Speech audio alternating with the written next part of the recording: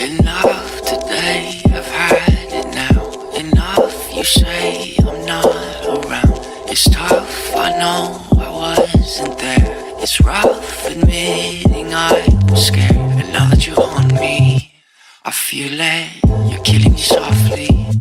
I need it like no one needed Ali. It's all the same. What's going on, guys, and welcome to a video that I've literally been dreaming about filming for probably years now. Definitely a while since I've had a garage, and well before that, even before I had my own garage, and that is installing Swisstrax on the floor of this garage. So yes, today is the day we are finally covering up these horrible concrete floors in the garage. Not only are they in pretty poor shape, but they also don't match, and there's a bunch of stains and sort of patchings and all kinds of just areas that are just looking really terrible. So Swisstrax is really great because it literally, you know, it's a floating floor. It goes on top, they click together, they stay in place, and any dirt can potentially fall through. So it keeps the floors really clean, and it keeps the garage clean, which also helps keep the house clean. So when you walk out to the garage, you're not tracking in stuff from the garage to the house. So for my use, it works perfectly. A lot of people like epoxy, or they like, you know, polished concrete. There's a bunch of different solutions here.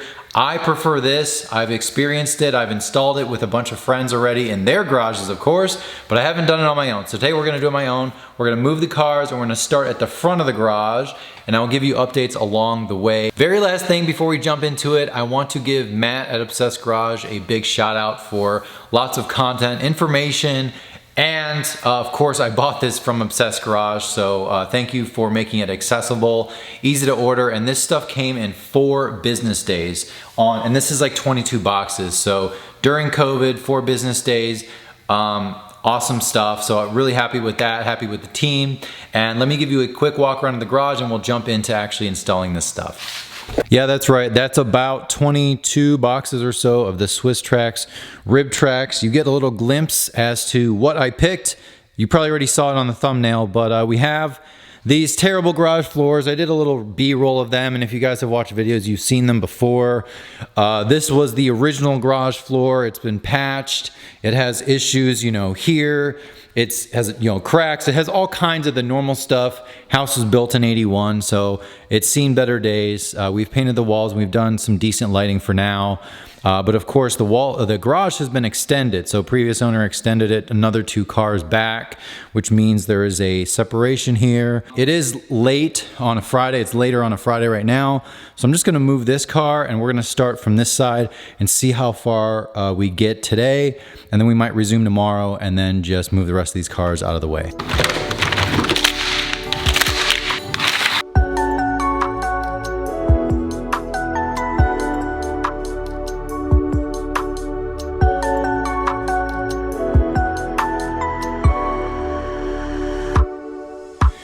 All right, guys, quick update for you. Obviously, you can see there's a dog, but there's also some Swisstrax laid out.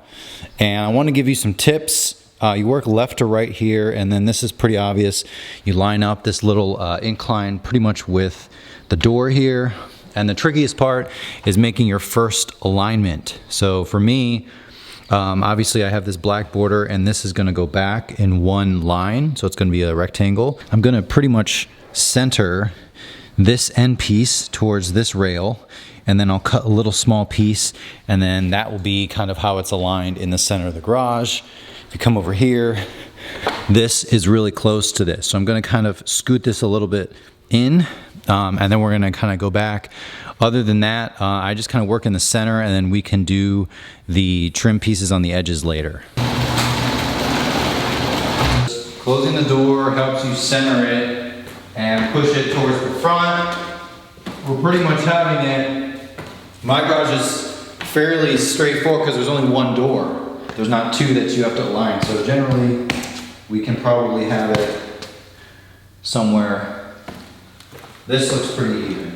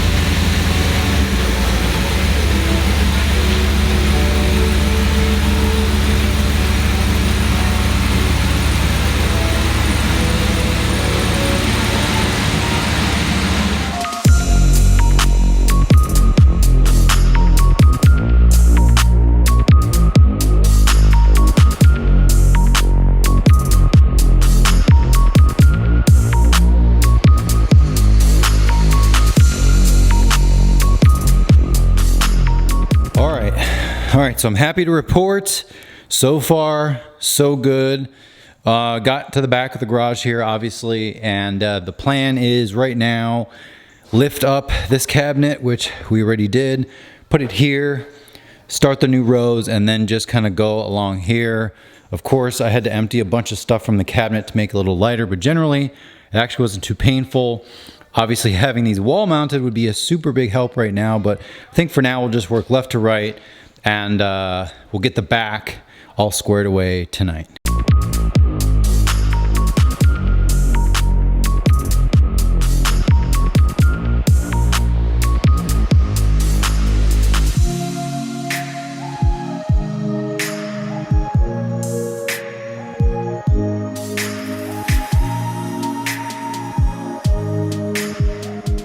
All right, guys, so I don't remember where I left off, but it's getting a little bit late. The important thing, if you are installing this, is to get the fitment right first, and then we can go along the edges. So what I did was the full pieces. I'm not sure what she's so excited about, but we did the full pieces.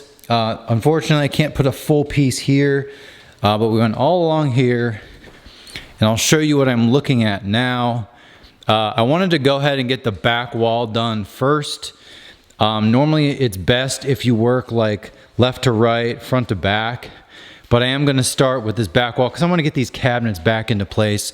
So I went with the corner, and then as you kind of come down, you just want to measure just kind of like within a 1/4 inch. The truth is, this will never be seen, especially with the cabinets here. So, you know, this corner is not exactly perfect. There's a couple, you know, this space is slightly more than over here, but the truth is you're not really gonna see that. You actually won't see that even if you wanted to. The edges that are along the wall down there, you'll definitely see. So that's kind of my logic here. So I am using the Jigsaw. I've tried a circular saw, I've tried miter saws, I've tried table saws, I've tried multi-tools, but for some reason, I feel like the Jigsaw is pretty easy to control despite kind of jumping from one little rivet to the next. The circular saw throws a lot of plastic, and it's kind of scary, and it's extremely loud, and it's a little harder to control. So I prefer this. It feels a little inefficient, but if you use the other saws, you might know what I mean. It's a little more tame. So I do prefer this.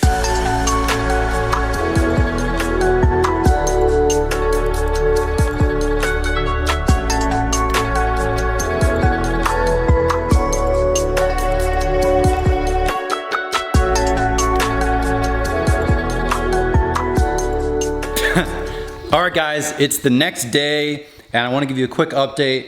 Actually finished the whole back wall, and normally I will say my advice is to start left to right, you know, front to back, but I wanted to get the cabinets back in place, so we just did kind of up to the little corner here, and I definitely strategically, when I planned this, I made sure that the black border was, you know, an extra tile or two in. That way, when I have the cabinets here, it won't be covering up the black border. So this actually was planned. And actually, we only have like 2 or 3 black ones left, maybe. So that was planned perfectly. Let me show you the front, how we're cutting these real quick. All right, we've got a puppy dog helping. But generally, we centered up this, as you guys saw. And actually, one tip is, you're supposed to leave a little bit of space on each side because these will expand in the sun, and conveniently for once, the sun is actually on these tiles. So I would think that these are probably going to be the most expanded, or pretty much more on the expanded side, since it's literally 85 degrees and there's sun beating down on it.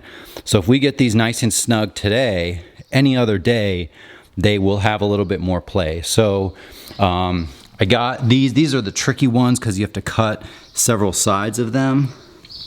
And then we're gonna just be working front to back again, but I just wanted to get the car kind of in here and then the back done. So this is kind of what it looks like. I'll show you a couple more trick shots for the cutting and stuff like that, but this is the way I did it. You guys will also notice the garage is not perfectly symmetrical. We're gonna have 1.5 grays on the side of this black, where over here we pretty much have like a half.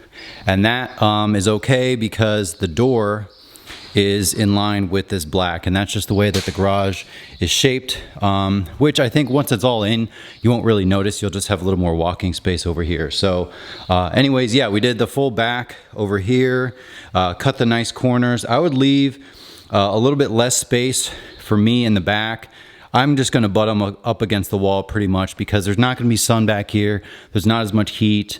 You know, the direct sunlight is really what you got to be concerned about. Quick, this is my little cutting station jigsaw with a metal cutting blade. So those fine teeth are way better than what I was using earlier. This is probably like a wood blade. I don't remember, but see how big these teeth are? It makes more jagged cuts and it's not nice. So sharp blade, nice jigsaw, working perfectly.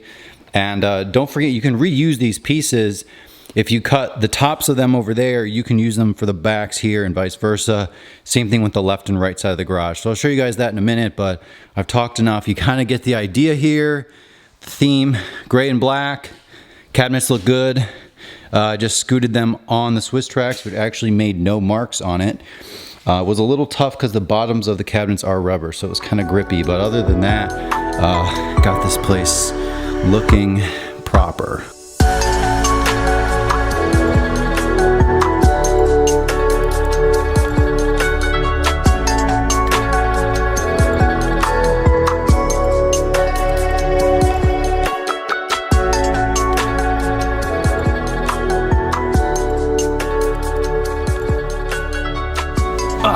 Now this is a view I could get used to, and you guys will get used to. We are finally done installing the Swisstrax in my garage.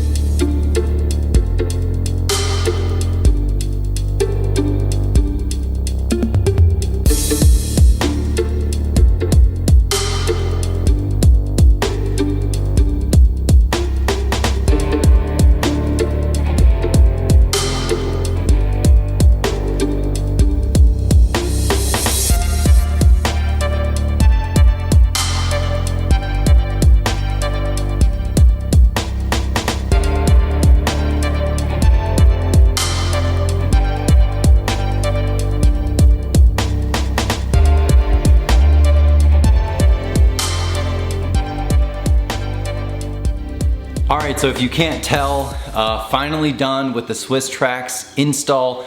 It is insanely hot here. It's almost in the 90s, and even with the windows and the door open, it is just brutal out here. So finally done with the garage. Probably picked one of the hottest weekends to do it, but it doesn't matter. It's in, and it is awesome. It's everything I wanted it to be and more. I will be honest, I have been around Swisstrax a lot, and I've actually installed it on a few friends' garages already, so I have a reasonable knowledge of kind of what to expect. The biggest pros, before we do a quick little walk around here, obviously is the look. It looks, you know, pretty fancy. It looks really cool. It looks very unique. So the second biggest benefit of this, I would say, is probably the cleanliness of it. If there's any dirt or dust or anything really that happens, or even leaves that come in from the front. So any leaves or dirt really gets caught towards the front of the garage, which is a huge benefit. So you will get a few leaves here and there, but they kind of stop. Obviously, if you spill something, that is a downside. You have to pull the tiles up. You just get a little pick and you can pull up, you know, 4 squares at once or whatever. It's really not a huge deal. That's the downside. The other downside is if you use like a jack or something. Usually I see guys using a little rubber mat or something under the jack. So I'm gonna stop talking. This was awesome. It is a little bit of work, especially the cuts, but once you get kind of the layout done, it's pretty self-explanatory, and it is super satisfying to install. So let's give you a quick walk around of the Swisstrax. All right, I closed the garage so there's not as much noise. Ideally, the garage door would fit a little bit better, but I have to replace the weather stripping here. You guys can see this is where you want to align the front of the Swisstrax that will guide you for the rest of the garage. So the goal here for my garage was to have the pearl gray, so this is pearl gray rib tracks, the majority of the ground here, and then we'll just have aligning to the door the black. So actually this matched up pretty close. As you can see, the edge of the black is pretty much to the edge of this garage door. And it's pretty much the same over here. You know, it's a few inches in.